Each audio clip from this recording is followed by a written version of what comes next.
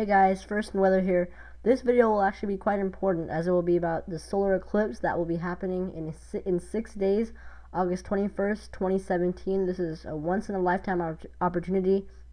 If you're able to go and watch the solar eclipse, I highly recommend that you do so, but make sure you have the protection that you need. You need certified safety glasses that will protect you from the sun, but if you have that, my only tip is just have lots of fun. It truly is a once in a lifetime opportunity. It really is something you shouldn't miss. So starting off with the first image, this image is provided by NOAA, and this dark blue line right here is showing the path of totality, or where the moon will completely cover the sun. In this small line that runs across the country, this area will see a period of total darkness. Day will go into night. Temperatures will drop a few degrees, maybe as much as 10 degrees. So you really will feel a change in the air. You might hear animals getting a little nervous, stuff like that. Truly is amazing. And as you go further out, the moon covers the sun less and less. So in Richmond, Virginia, the moon will be covering approximately 75% of the sun. In Richmond, Virginia, it's going to be more around 85%. So here we won't see a total solar eclipse, but we will nonetheless see the moon partially covering the sun. Here temperatures won't really drop at all, and the sky really won't get that much darker, but you will see a small change in the sky. You might see it turn from day to a little bit of evening, and then you might also, and then of course you'll see the moon partially covering the sun. And then as you go all the way out into the northeastern portions of the United States, you can see that the moon is only covering about 50% of the sun, or even less in some spots. Moving on to the second image, this image shows the peak times, the maximum coverage of the sun by the moon. And as you can see, in the Pacific Northwest, it's around 10:20 a.m. and then as you go southeast, in South Carolina, the maximum coverage by the moon is gonna be around 2:40 p.m. So really a wide range.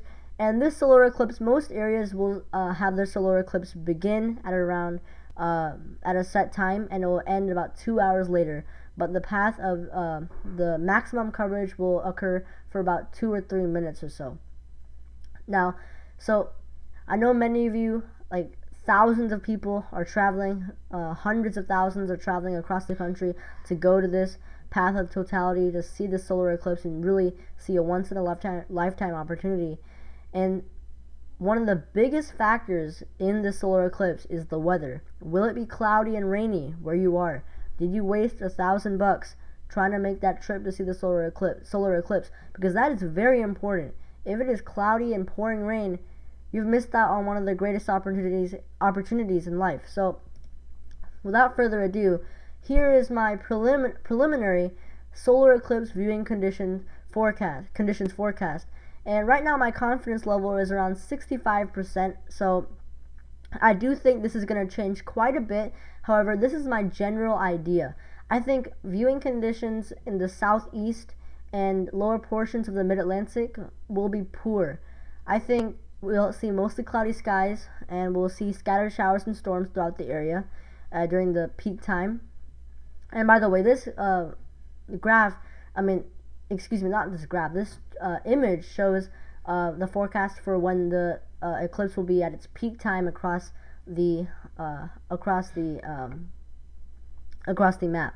And I think poor conditions, will also be present in Michigan, Illinois, Western Ohio, areas like that. I think these areas might actually even see some heavy rain associated with a weather system moving across the area. In this area labeled fair, I think you might see it, you might not, because cloud cover will be 50% and 60%, so if you get unlucky, you'll miss out. If you get lucky and at that time there isn't a cloud covering the sun, you'll be able to see it. But this area is my uncertain area, and also it's my you could get lucky or unlucky area. Then up here in the northeast, I think these areas have a good chance of seeing the solar eclipse completely. I think your best bet to see the solar eclipse, if you're not wanting the path of totality, is this area. This is a nice area to watch it. Good day trip. But if you want the path of totality, my best bet for this area will be going down to western Kentucky, western Tennessee, and those areas. I feel like those areas have the best chance of seeing scattered clouds, nothing really too big. I feel like even if a cloud does go over the sun, it will be off of it. It will go away relatively quickly. And so that's my best judgment for now. Again, things will change, but so stay tuned. I hope you enjoyed this video and have a great day. I'll see you next time.